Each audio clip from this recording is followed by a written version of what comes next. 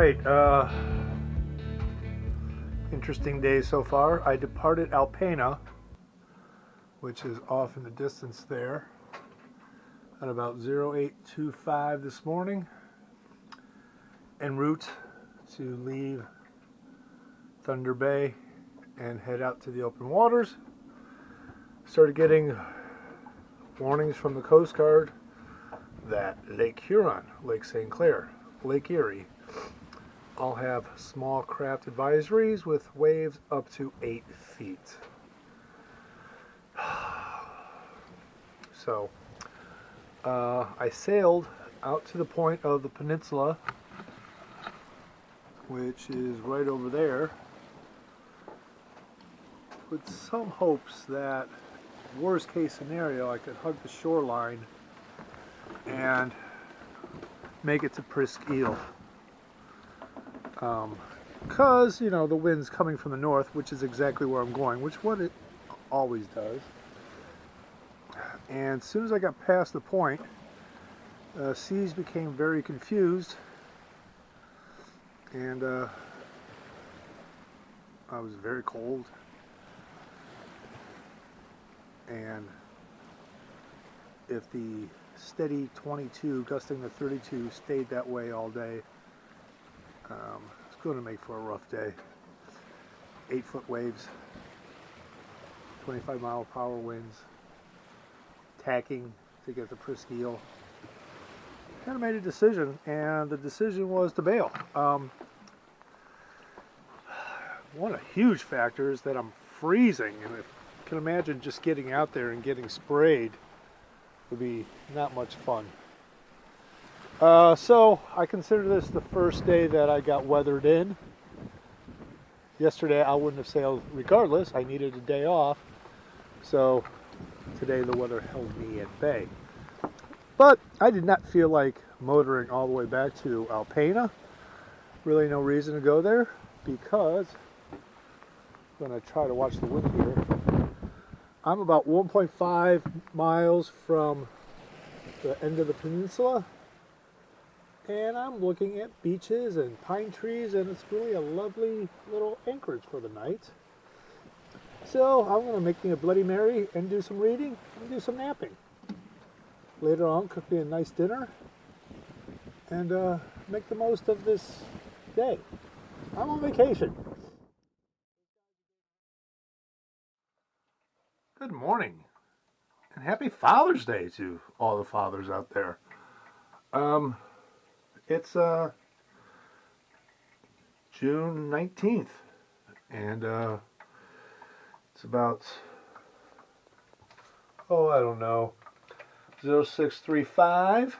If you can see, I am all steamed up, which is cracking me up because this is hysterical. Okay, I'm outside of Thunder Bay. Over there is Sugar Island. In years past, I have passed between Sugar Island and the peninsula. It's charted at 6 foot depth, and I draw 4-5, and it was quite intense at times.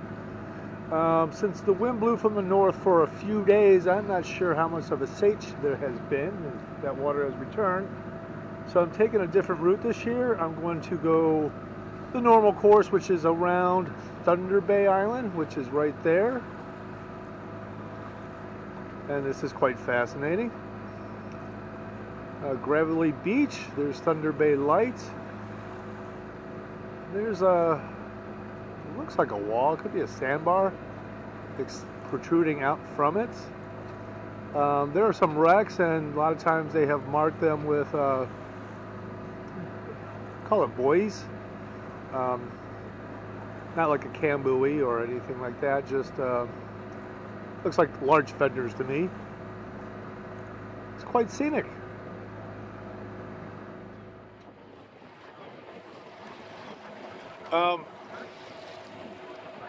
So, not surprisingly, the wind is coming right off my nose. So, and I'm cold, and I need to make them sometime, so I can't afford to tack to Presque Isle. And I swear to God, it's just, normally I'd hoist. Just these cold temperatures are just really sucking my motivation out of me. So not long after that last video, the winds completely died. They returned to about 5 miles per hour. Again, off the nose. Not worth hoisting. So I can't be more than an hour, hour and a half away from Presque Isle. And according to radar, rain is due to start in 39 minutes. I was like, you got to be kidding me. A 6-hour motor on a day with 30% chance of rain, and I'm going to get wet. So I'm preparing for the inevitable. Got my fallies on. More importantly, I prepared my dock lines. Bow and stern lines on. Extra long ones too. But I'm not going to attempt to get into harbor just because it's raining. Presque Isle, you can anchor up, wait it out, then motor in.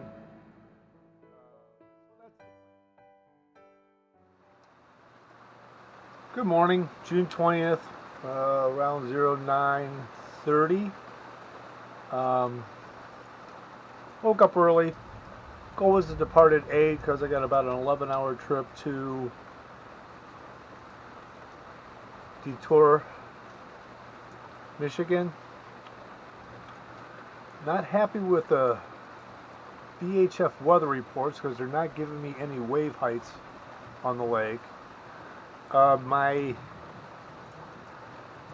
intermittent connection with the outside world via the web proved helpful because though it took like 5 minutes, I was able to pull up some radar, and it looked like something major was kind of heading down from Lake Superior.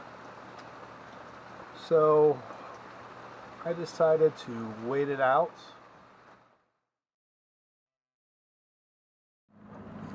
Good morning. It is June 21st at 0900 hours. I departed for Detour. We'll call it 0700 hours. Shook out a reef in the main and hoisted just because I could. And, you know, maybe get a little lift from motor sailing. Various success. I was expecting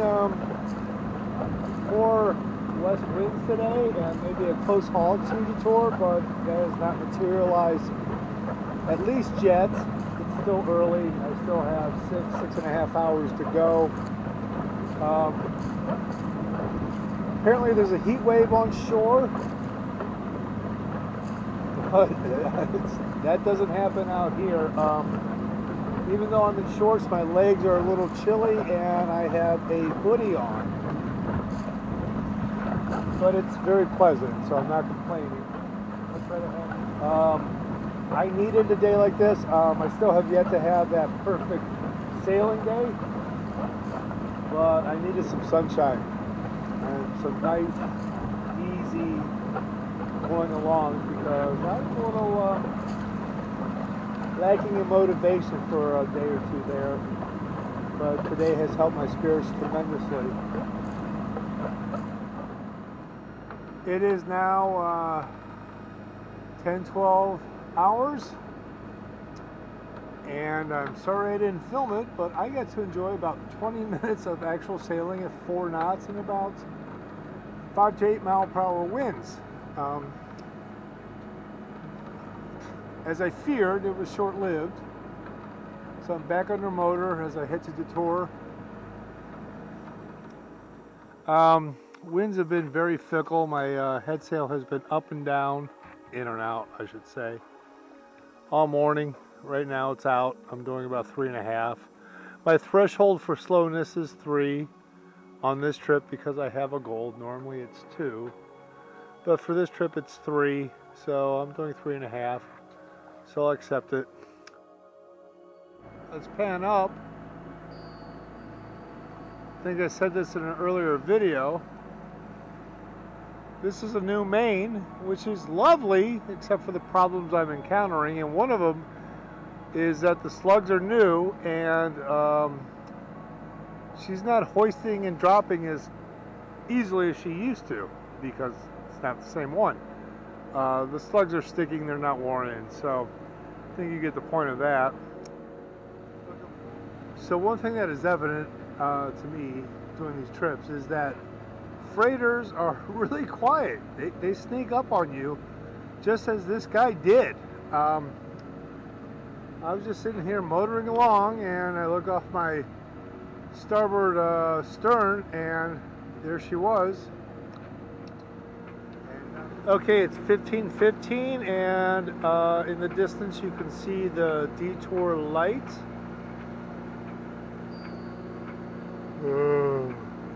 Oh, excuse me, I'm a little bored.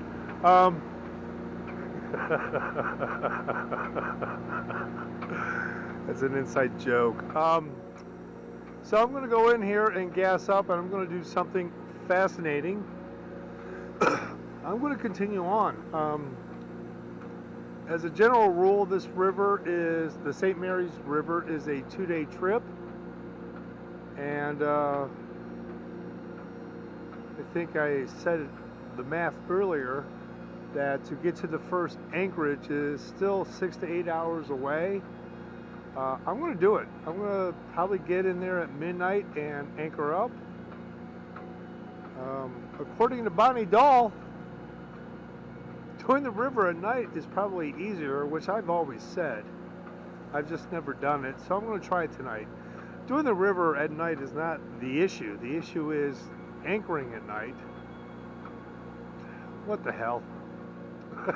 I got nothing better to do. And that will help me recoup a day that I lost yesterday for the rain.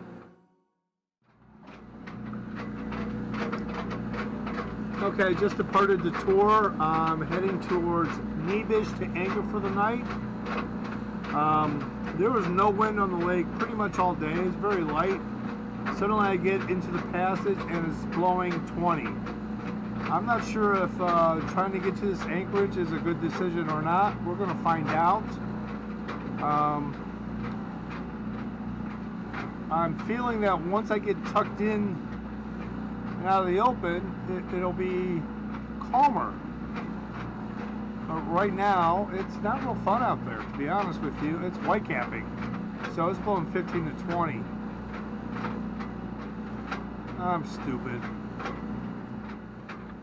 So anyone who's ever been on Living a Dream knows that she is stout. My shrouds, for example, are huge compared to other boats my size.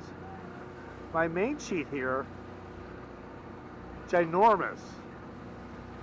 But what kills me, and what I love to go on about, is this little thing right here, that cotter pin. That is tiny. So everything falls apart if that falls apart. So hats off to cotter pins. Very underrated. Turned out to be the right decision. When I got into a detour, it was blowing stink, 20 at least. And I thought, this is going to be foolhardy going up the river. But it has settled down. So I should have a nice anchorage for the evening after this freighter gets past me. I got about hour and a half to go to my anchorage, but temperatures are cool and all is well. So I got this freighter coming up behind me, and I don't like the width of the channel. So I've slowed my butt down, and I'm in a good spot to have someone pass me. So I'm sure there's enough room if we really pushed it. But I'm off the starboard of the channel, and I slowed down to about 4 knots just to let this freighter pass. Meanwhile, I'm enjoying all the scenic houses over here. Look at this place. Is this not gorgeous or what? Jeez. I don't know if this is going to show up on camera, but I am hugging the depth as much as I can to give this guy some room.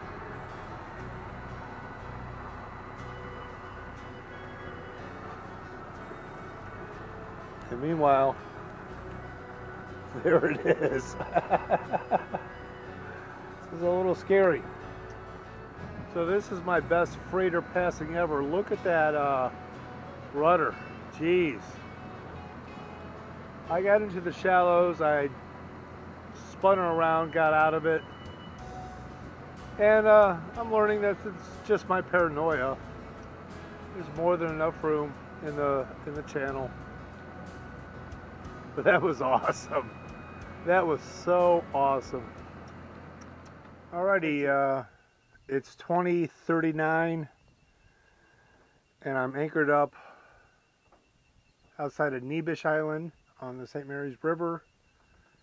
Same place I was last time, which is not what I wanted to do tonight, but where I wanted to anchor was in Canada, and I did not feel like doing the apps to get in and out of Canada. Technically, if you drop an anchor, you're in Canada. I doubt it would have been a problem, but I didn't need an international incident. So I decided to anchor here. I got to check the weather and do all sorts of things. But right now, life is good. And listen to these sounds.